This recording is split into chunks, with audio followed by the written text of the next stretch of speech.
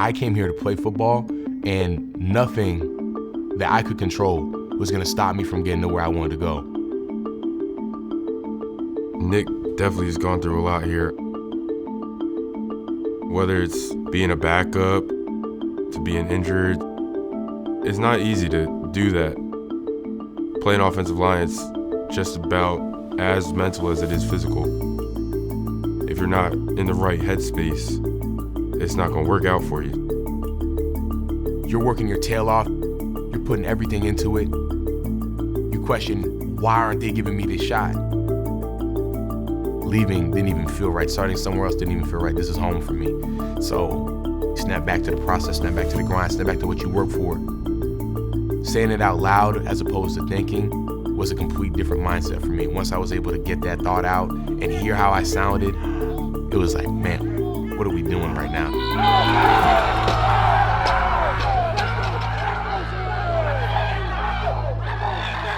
This offseason, every single day, I knew I wanted to be an elite guy. I'm a guy that wants to help this team out and be a game changer on the offensive line. Before we came back to school, I was in it, working out, watching tape, getting sets, because I understood that this role was going to demand the most out of me. So I needed to dump the most into myself.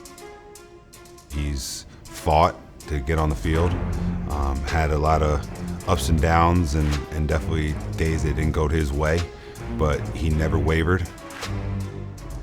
In the day and age of the transfer portal where guys typically don't wait around, you know, he's waited all this time to be a starter, and right now he's playing really well. I waited 4 seasons to start here. With this new position, with starting, it just feels natural. Nick Dawkins, their center, who's been playing really well. He's playing some of the best football of his life right there in the middle. I definitely use Nick's story as motivation. I use it as a tool because not everybody in that room is playing.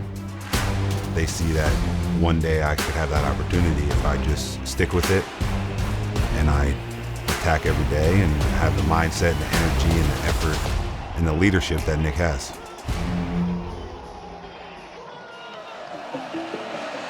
Altmaier trying to step up in the pocket. He's not going to be able to. Bryce Boettcher with a sack. By the way, walk on. The local product from right here in Eugene. Great athlete, baseball center fielder. Pretty good combo. Get drafted in baseball and you walk on in football. Can you do the like transfer thing? Yeah. Can't do that? I'll never forget this one day. I was umping one of our scrimmages, and he showed up late from one of his football workouts, and he came right into the scrimmage, and he saw one pitch, and he hit a double off the top of the wall, and I was like, did that really just happen? Like, he had been here for probably 5 minutes, and he's already standing on second base. When you're having fun, good things happen. He's just a freaking athlete, and it's awesome to watch. Boettcher dives and reels it in. Boettcher's throw to first, doubles him up. If I could describe Bryce Boettcher, it would be competitor. Back to the wall, and it is out of here. He's got Oregon all over. This kid's looking to win for the University of Oregon in this community. That's all he cares about. The city of Eugene is me. It shaped me into who I am today. He's been diehard Duck from the time he was born. I think he just gravitated towards it because I've been a lifelong Duck fan. Baseball was what we trained year-round. I always knew I was good. I dominated in high school, but I had one scholarship offer to Utah. Oregon came through and was like, hey, you can walk on a player. I was like, yeah, no doubt. I was like, man, all right, something to prove. This is where I'm comfortable. 3-run home run for Bryce Boettcher. We worked him out at shortstop, and he just moved to where he needed to move to where he can find a home and a spot. And then he became the next Gold Glove winner in center field. Boettcher leads. Boettcher reels it in. For 3 years, like I always balled out in the outfield. Boettcher sprinting in. He'll dive and make the play. I think I only had one error in my college career, which was my freshman year. This year, I got drafted in the 13th round by the Houston Astros. When he was drafted by the Astros, I was relieved and overjoyed. It had been a lifelong dream of his. I'm excited to watch it because they're just getting a kid that's just going to give it everything he's got every day. You know, I'm trying to be the best to ever play one day, so it's just a step in the right direction.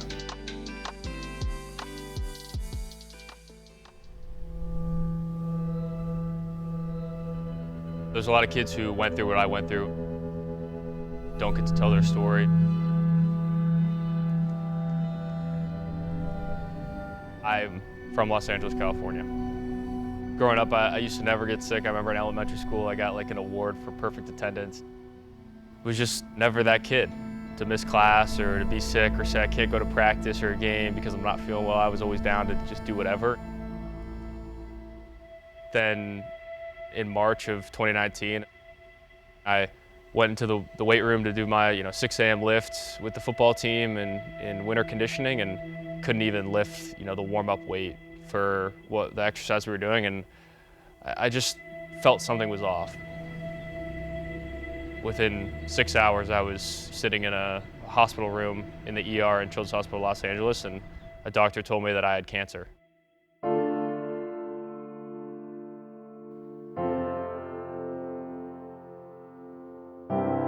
It was just surreal, really. You can't even describe as a parent to hear that your son, out of the blue, has cancer. They came in around midnight and said, yes, he has leukemia, and that was literally like a gut punch. Leukemia at its core is a blood cancer. You just hear the stories and you know it's not good. More scared than anything else. You just don't know how the treatment's gonna be, or even for me, how much time you have left. Initially, they told me 5 to 8 months of super intense chemotherapy, almost all inpatient. The chemotherapy affected my body a lot. I lost probably 35 pounds within the first month. I thought my hair wasn't gonna fall out, that went. You just feel like a shell of yourself. During that time, he also, wanted to continue to do things like sit-ups and push-ups, and we'd bring the football to the hospital and we'd have it tossed in the courtyard outside. The thing that was on my mind all the time was just getting back to being me, playing football and doing the things that I love to do, being with my friends and my family, and you don't know when you're gonna be able to get back to doing those things again. That last round, I was just so ready to get out, and I remember the doctor coming back in and being like, your counts are high enough and you can get out of here. And just that feeling of relief. When they said he is cancer-free, we were at that point crying and just so happy for him. But it was when they were allowing him to leave the hospital and ring the bell that it was truly just such a special time. When I first got out of the hospital, I wanted nothing to do with cancer. But then I came to Michigan and realized how important my story was to some of these kids that are going through their battles. And for me to be able to go in there and show my scar and talk about being in the hospital and being in the same beds that they were in and giving them real hope, hope that they can be bigger than this. Cancer can be a part of your story without defining who you are or who you want to be. Just to provide them that, hey, they can get back to doing the things that they love to do. And it made me feel like my battle was worth it. For so long, I was asking why I got diagnosed with cancer, why I had to deal with it, why I had to go through all that. But you quickly realize, when you can make a difference like that in so many other people's lives, that is the answer to the why.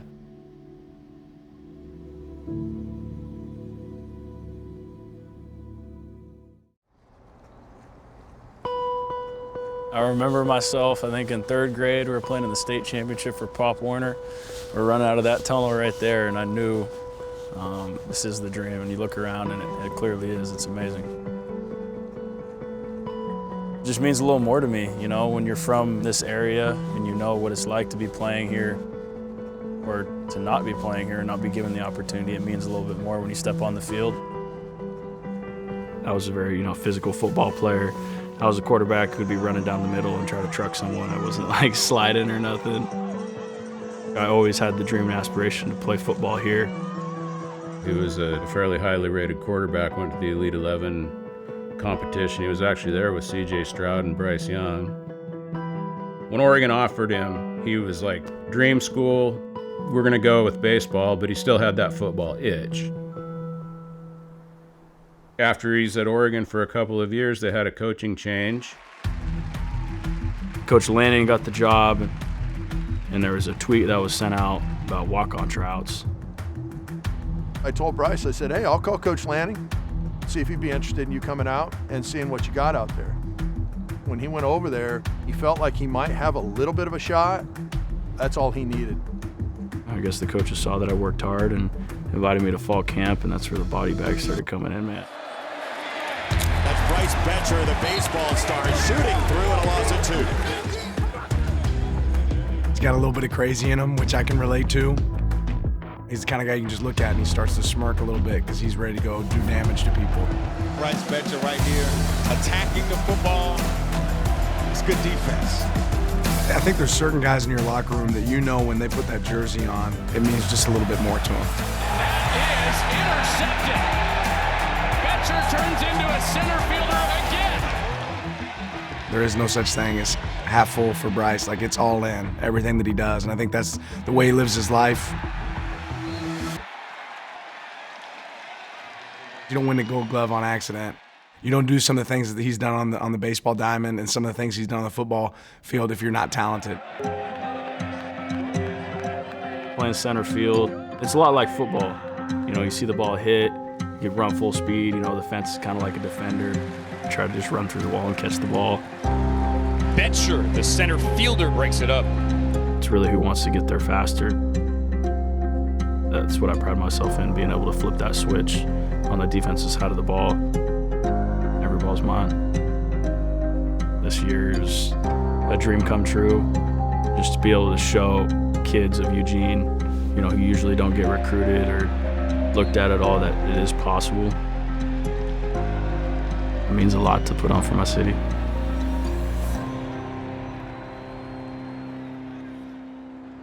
One last thing that I do want to hit on about this guy right here, I think that if you go through a lot of adversity, you know, like expectations on you, you know, the adversity defines who you are. And this guy right here didn't flinch not one bit. And that's somebody in our huddle that we respect because of the resilience that he's had. My story is one of perseverance. Having that belief in myself. Coach Harbaugh, he was the one who really appreciated my story and appreciated what I've been through and respected people's opinions about me, that I did have the talent and was capable of coming here, even though it was in a preferred walk-on role. We knew this guy should not be a walk-on. He could be starting at a lot of places. With his illness and then COVID, he never really got a chance to show his full potential.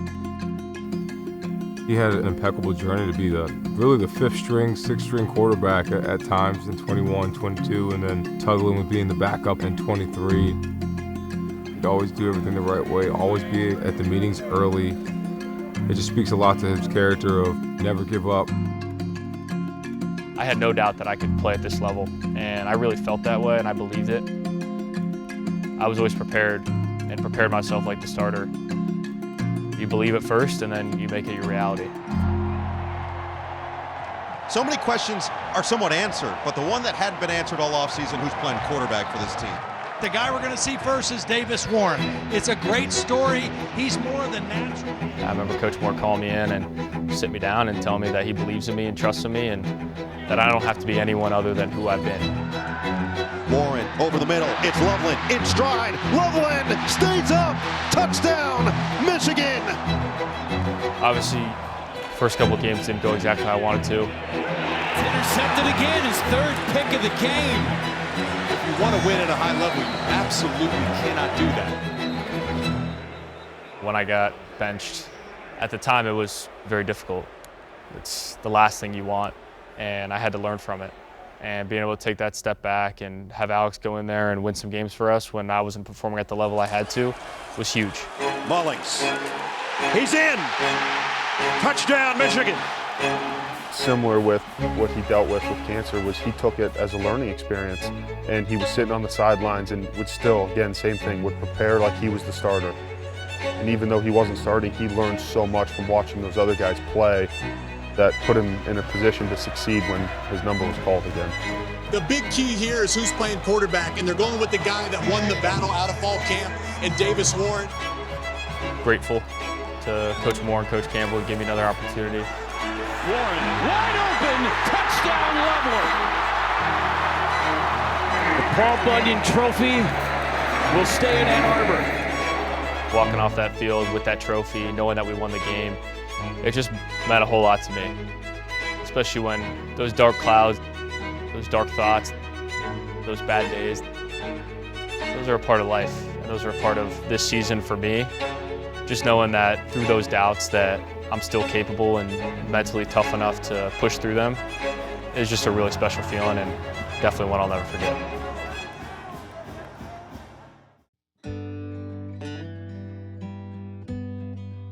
My dad, Darryl Dawkins, shot for Thunder, first player drafted from high school to the NBA.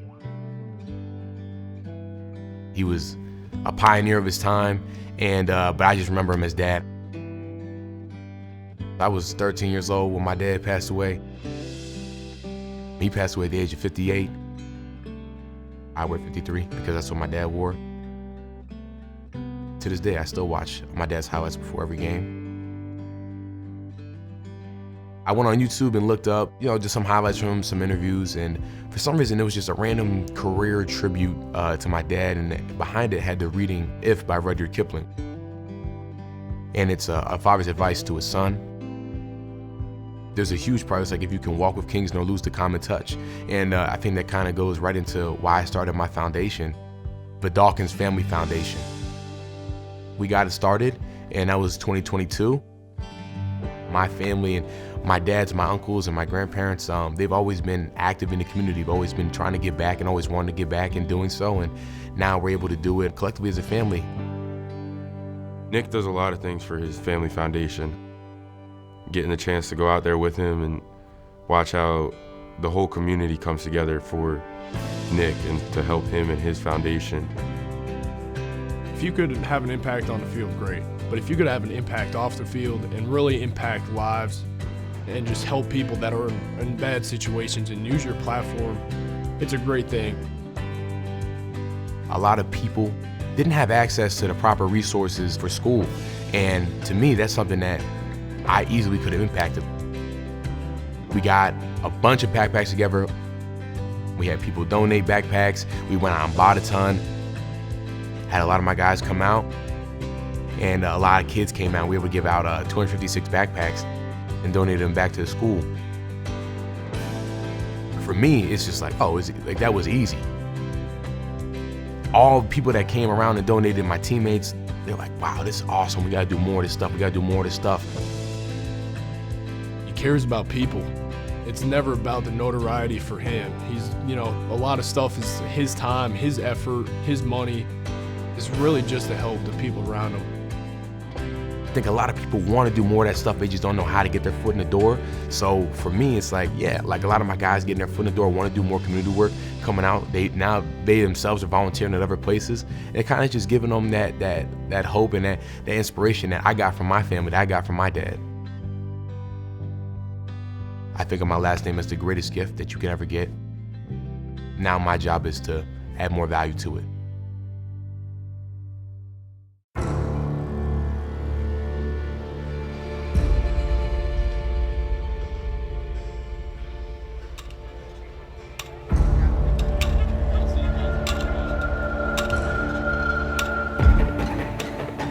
The eyes of the sports world on Beaver Stadium, where today the fourth-ranked Buckeyes of Ohio State take on the third-ranked Nittany Lions of Penn State. The game that will clear more obstacles for one of these two teams wanting to go to Indianapolis. A defeat that might make it very difficult for the loser to get there.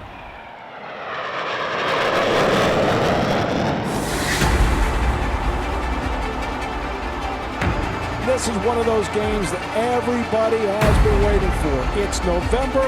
Now you find out exactly what you have on this particular afternoon. Will Howard on 3rd and 5 for Ohio State from their own 30. Sets up in a shotgun, gets the snap. Howard back, looks. Intercept at 30. 20, 15, 10, 5, Zion Tracy. Touchdown, Penn State. What a start for the Nittany Lions, and what a difficult position the Buckeyes are in.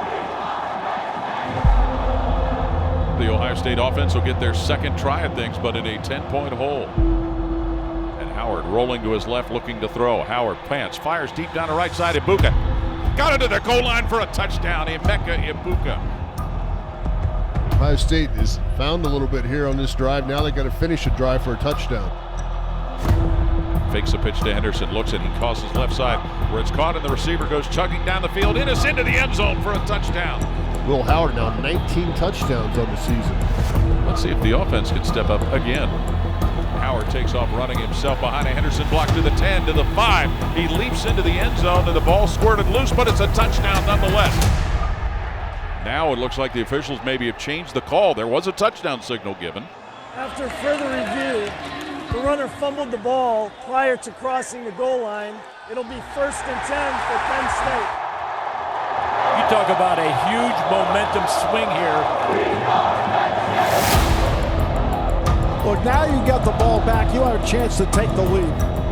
Back goes Aller. Lobs near corner. Wallace, he's there. He's got it! Touchdown! Penn, incomplete. Davis and Igmanosin may have intercepted it. Say this, Igmanosin made a heck of a play. The question is, was he in bounds? Yeah, he took the ball away from Wallace. The defender possessed the ball with his right foot in the end zone. Therefore, the ruling on the field is a touchback, Ohio State. How about two touchbacks of this nature? One favoring Penn State and this one favoring Ohio State.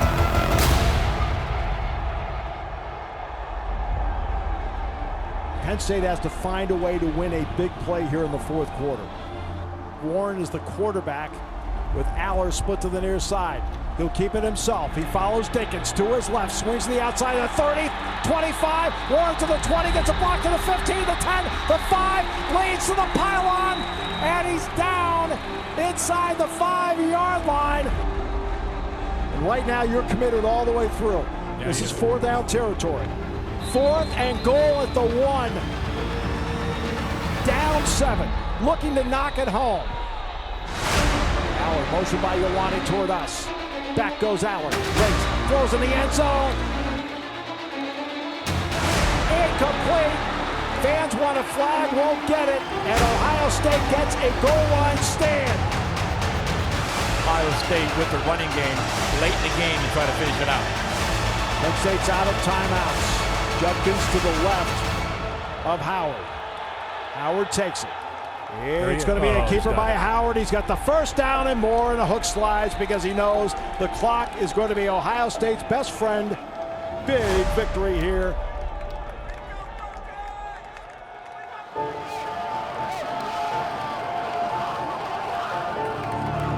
Ohio State earns a 20-13 win over the Nittany Lions today. Hard one for Penn State.